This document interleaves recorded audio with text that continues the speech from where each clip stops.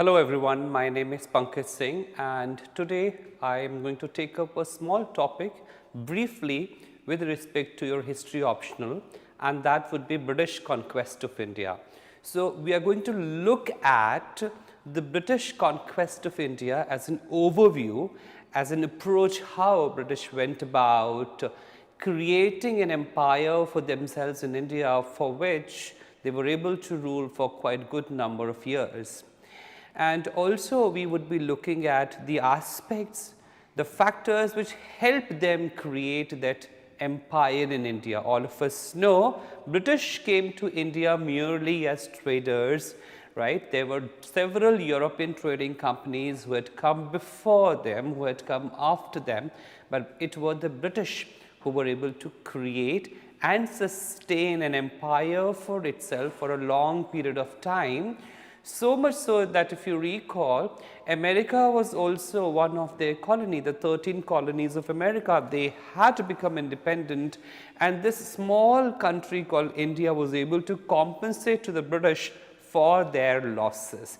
So, how it all happened, let us have an overview approach, a bird's eye approach on this and try to understand that. So, let us look at the British conquest of India.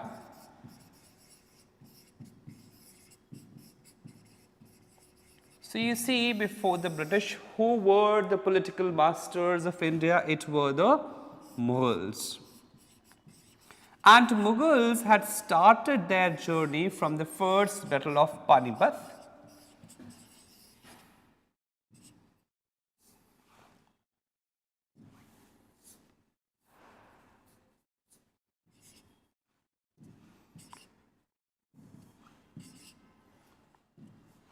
First battle of Panipat. Now that was Babur, right. So, you remember the three battles of Panipat, the first battle of Panipat, the second battle of Panipat during Akbar, and finally the third battle of Panipat, in which you see we had Afghans and Marathas on one side fighting for the Mughals. We will talk about it in details later. So, this Mughal edifice, the edifice of Mughal structure, which came to be created with the first battle of Panipat, right, in the second decade of the 16th century, precisely 1526, right. What happens now? By the arrival of the 18th century, and in particular the death of Aurangzeb,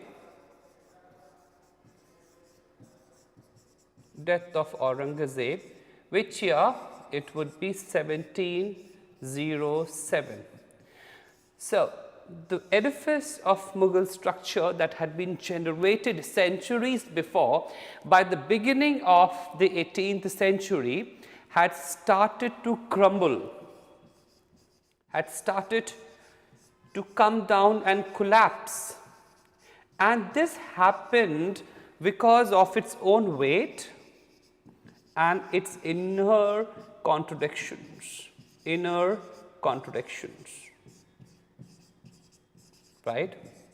So, as soon as we arrive in the beginning of the 18th century, the Mughal empire had started crumbling and collapsing. Now, please understand this. Why was this the case? This was the case because we had weak Mughal successors or weak rulers. Now, if the Mughal ruler is weak, somebody had to be strong. Now, around this point of time, we become witness to the fact that there were power-hungry subedars or provincial governors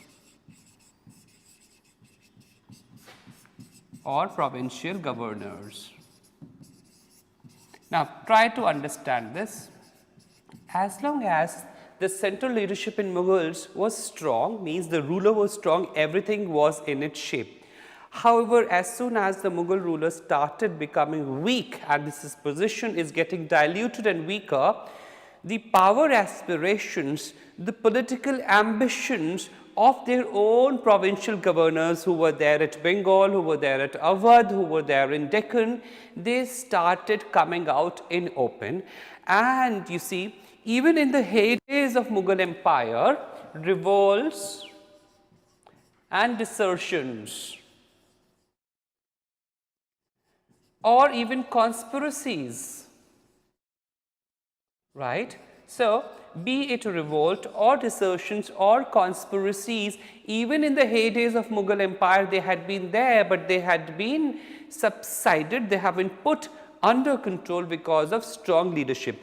But now, when Mughal successors are coming weak, they are becoming weak, their power and authority is getting diluted, and also it is happening in quick succession. You see the initial Mughal emperors from Babur to Humayun to Akbar, Jahangir, Shah Jahan and Aurangzeb, they had ruled for almost 2 centuries. But you see now what happened, some Mughal rulers are going to rule only for some years, some for months, some for weeks, or some for days together.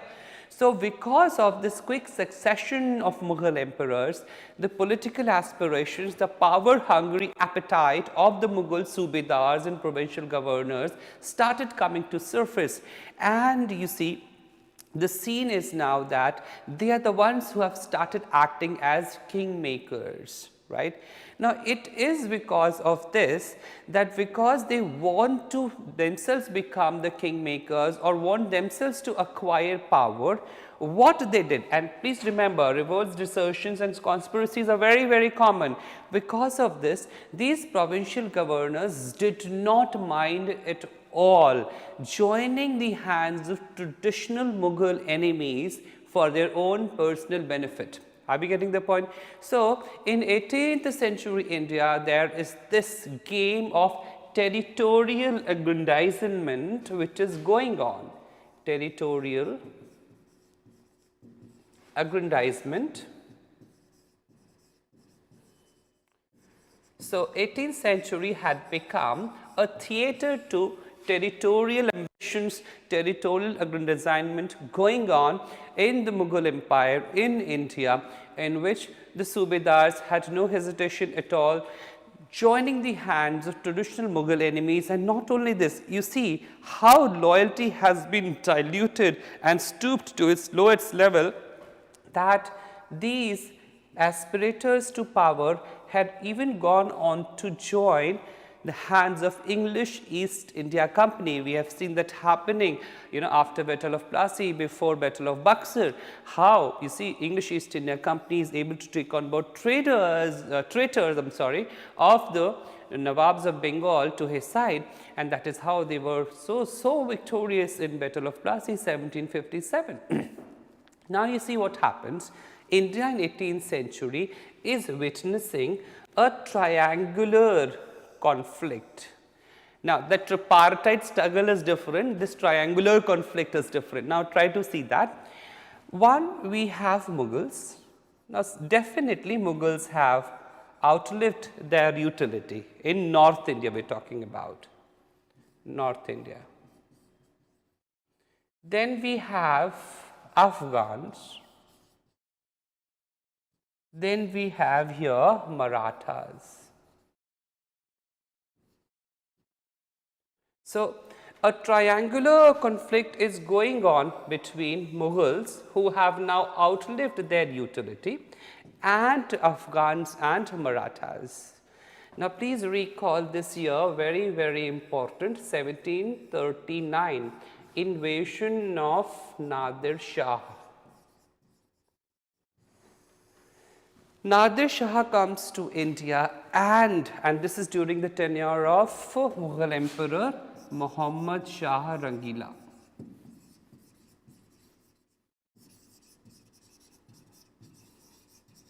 Right?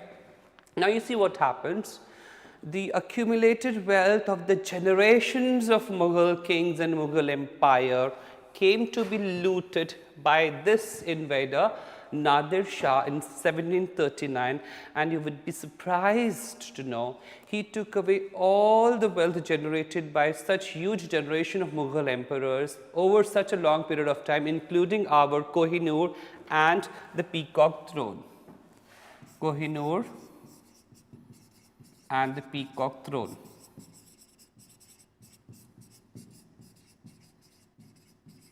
Yeah. Now you see what happens. The amount of wealth that he took away was so huge, it is said that almost for around 3 years,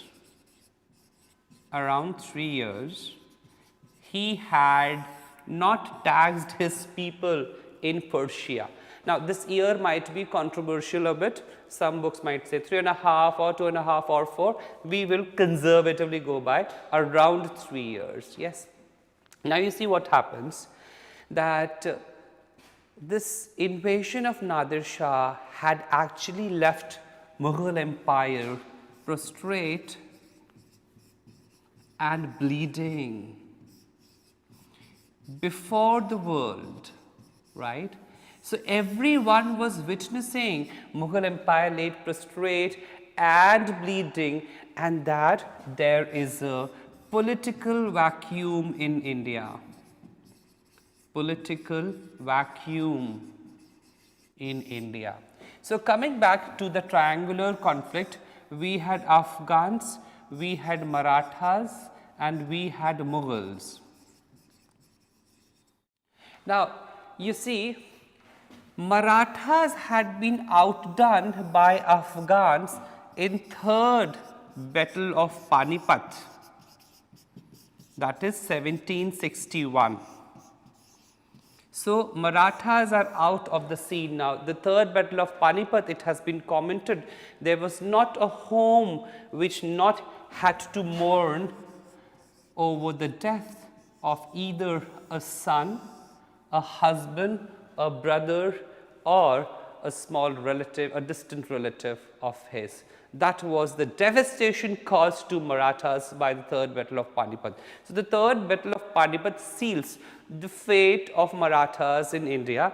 If somebody could have effectively replaced Mughals in India around the second half of the 18th century, it were the Marathas, but then Marathas had been outdone by who? Afghans. Unfortunately for Afghans, this Abdali, Ahmad Shah Abdali, had to return back to his home because of his domestic issues arising out there in his kingdom. And you see now, there is a political vacuum in India, and minded historians say English were witnessing all these developments. So, this is particularly North India. Now, let us go to South India, what is happening in South. Again, South had two kinds of triangular conflicts. Once again, two kinds of triangular conflicts, and what were they? We had Nizams of Hyderabad. We had Marathas again here in Deccan as a contender, and then we had Mysore. Now, you see, all these three powers versus particularly English East India Company. Okay. So, the English, by their diplomacy, by all their policy and designs, were able to take over Nizams, were able to take over Mysore, were able to take over Marathas. Now, these three powers were not only fighting with the British at different points of time, but also amongst themselves.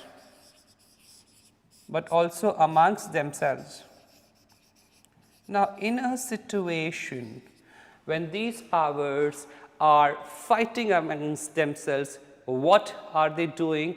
They are ending up weakening themselves, and this weakening of these powers by each other is actually benefiting British. What is going to happen? As they kept on fighting amongst each other, they are weakening each other, and in that process, who is going to gain in the times to come? It would be the British. Now, another triangular conflict which is happening again in India, particularly if we talk about Deccan also, we can say that is the British.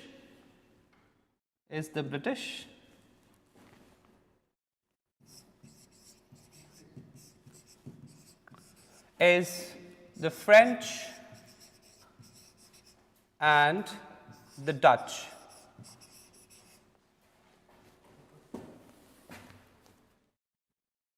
Right? So, that is another triangular conflict going on. So, if you see, Dutch had already ousted Portuguese, but very soon Dutch are going to find themselves not so strong against British. So, Dutch are now going to focus upon Spice Islands, which are Indonesian islands. Yes. Now, you see, between the British and French, it was a long drawn struggle. The three Anglo-Carnatic Wars,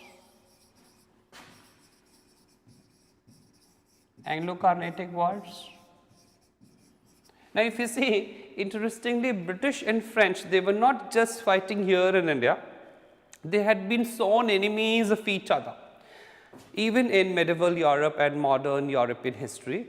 And in fact, the conflict between British and France in India is also inspired by the conflicts between their home government, home countries back in Europe and European matters. Now, you see, over a period of time, British would be able to score over the French East India Company. One very important aspect that you must learn and remember is that the policies of these European trading companies,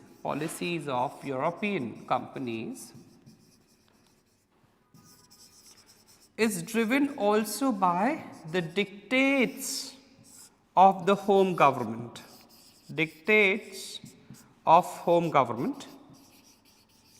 And now, because a lot of things are being dictated by their home government, so what is going to happen? Their alliances and their political affiliations are going to change as per the dictates of the home government, right. So, English East India Company, French East India Company, their political affiliations, their groupings, their alliances would change as per the dictates of the home government also. This particularly happened for France because it was a state company and not a private trading company.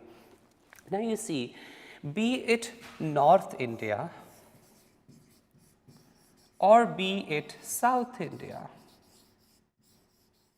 India of 18th century presented an India of plots and counterplots. India of 18th century presented a picture of intrigues. India of 18th century presented a picture of conspiracies. Now, if you see, in most of the plots and counterplots, conspiracies and you see conflicts, British had remained a mute spectator to begin with, mute spectator. They were not participating, they were only keenly watching the developments as they had happened. And it is in this context one of the famous English commentator had said, and his name is Percival Spear, that the estate of Hindustan, estate of unclaimed Hindustan, was laying, and British became the residuary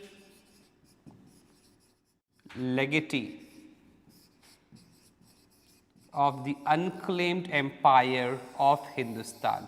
Now, this statement itself can be asked as a statement based question in our examination. Do you agree with the view that British had become the residuary legatee of the unclaimed estate of Hindustan? So, this is definitely a correct statement. Why? Because for a lot of time British had remained a mute spectator to the conspiracies, conflicts and fights happening amongst the Indian powers, right, and only over a period of time with their design and scheme that they went on to acquire this power. So, it is also said that the third battle of Panipat did not decide who will rule India, it rather decided who will not rule India. So, would it be the Marathas? No. Would it be the Mughals? No. Would it be the Afghans? No, because he had returned.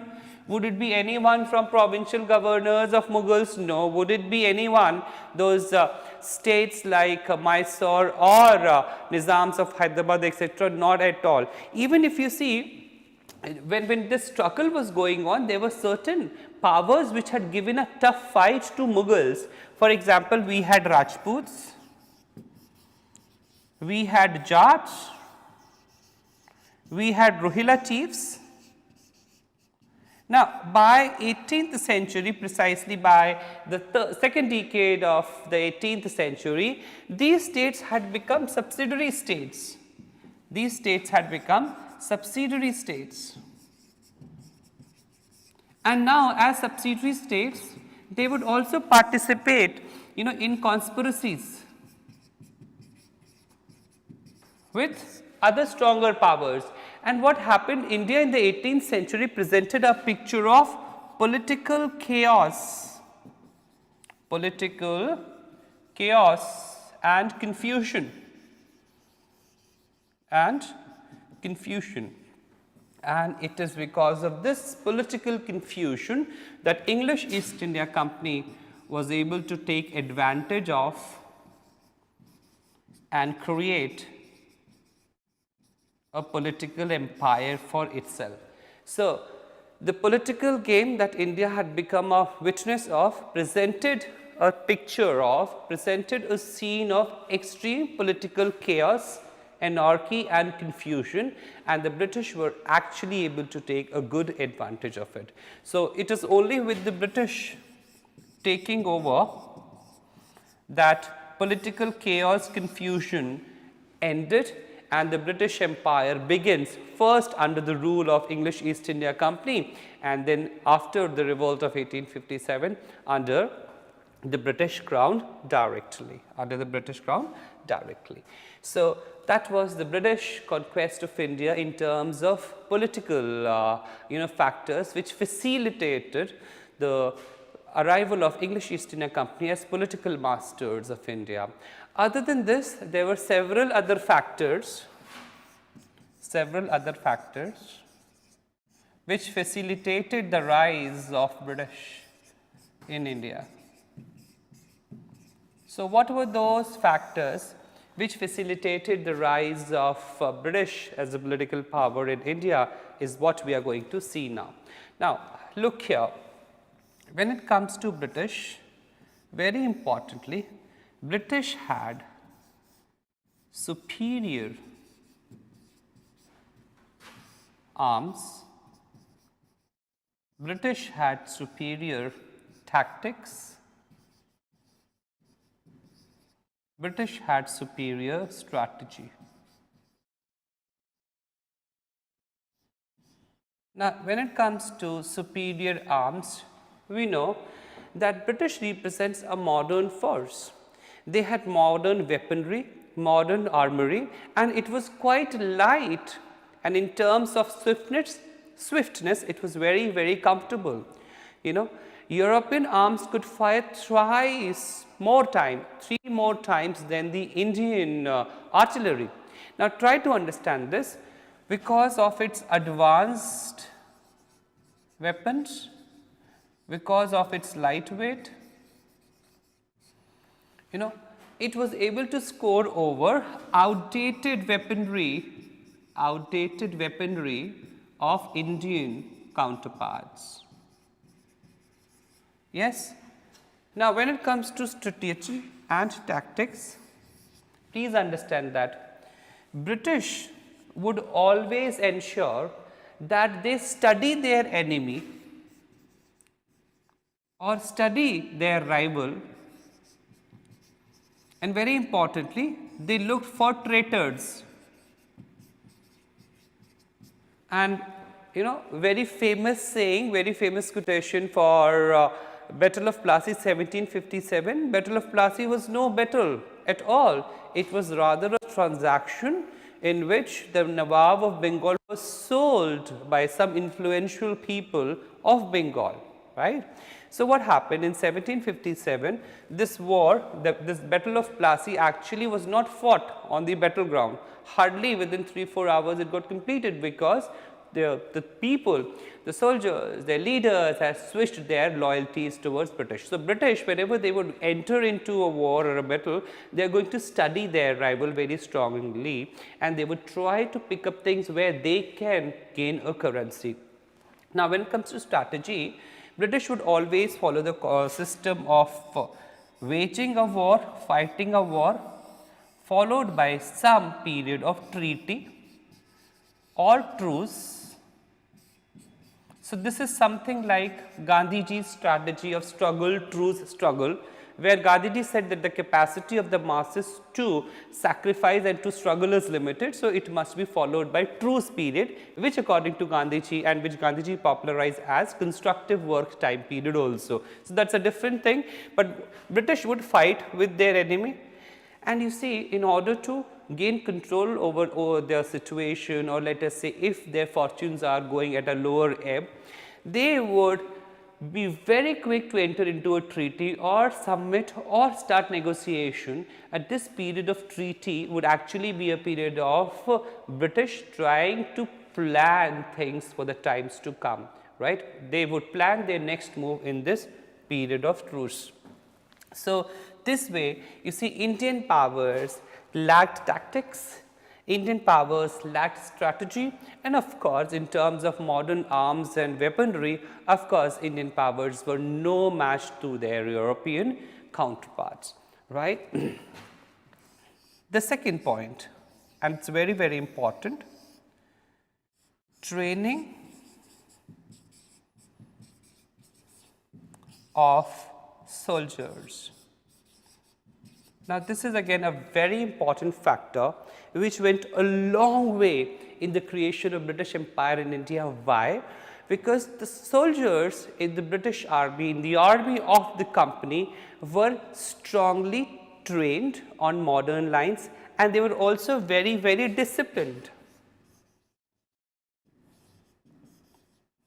Now, through their rigorous training, and along with the fact that they were regularly paid, salaries were very much paid in time, right. Training was imparted to them. If you recall, rulers like Balban, he always made it a point that he would go on hunting expeditions to keep his army in good alert and good condition all the times, always prepared for war. So, the armies of Balban were always war prepared. Same was also the case with the British. They recruited soldiers after a proper phenomenon, they gave them proper training, and very importantly, these soldiers were working for money to have their family meet the 2 days end together, to have their children acquire good food, good cloth, good shelter. So, money was a very important factor in terms of salaries. Very importantly, these soldiers were very, very well laid off with the fact that their salaries would come in time. Why? Because on the other hand, when it comes to Indian rulers, they always had this financial crunch, especially in the 18th century.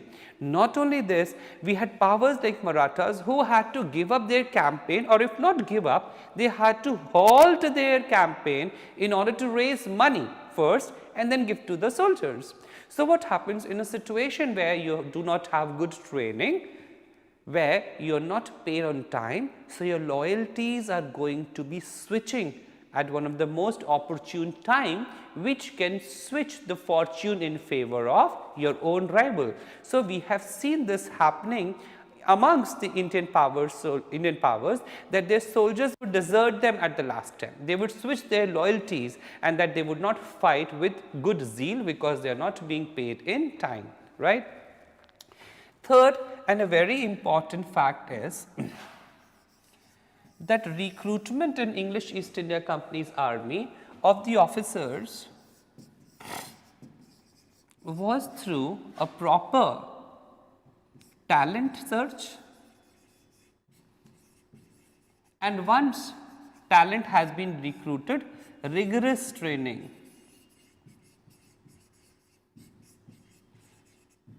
On the other hand, when it comes to officers of Indian powers, they were recruited more on caste lines, on religious lines, and it is because of this that there was no unity of command or unity of purpose.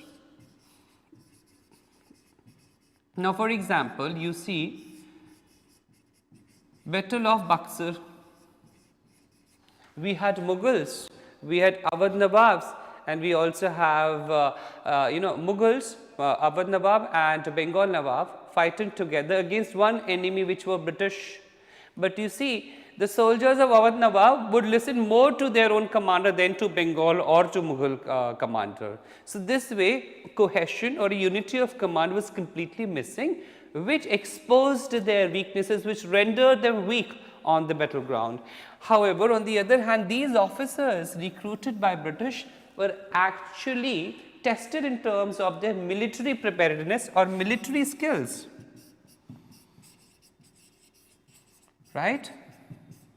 So, military skills was one of the important factor that made these officers unmatchable against their Indian counterparts. Are we getting the point?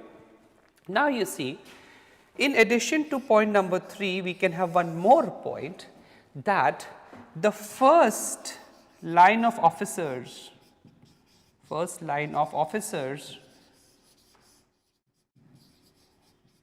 you see, they were guided by the aspect of glorifying nation.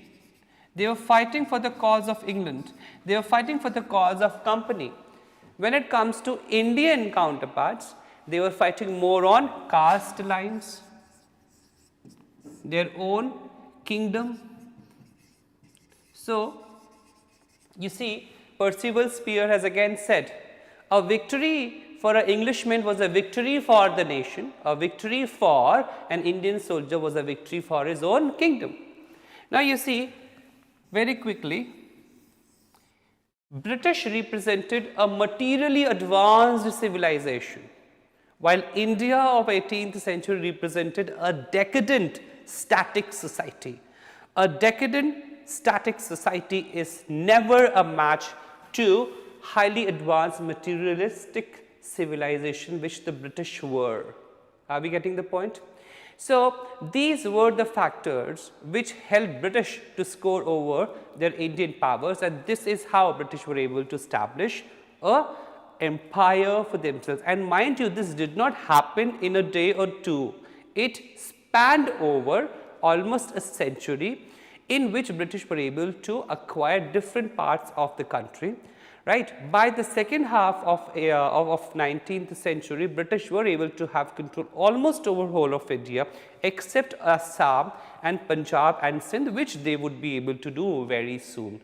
So, these were the factors which facilitated the rise of British in India and their conquest over India. So, thank you so much. Have a great day.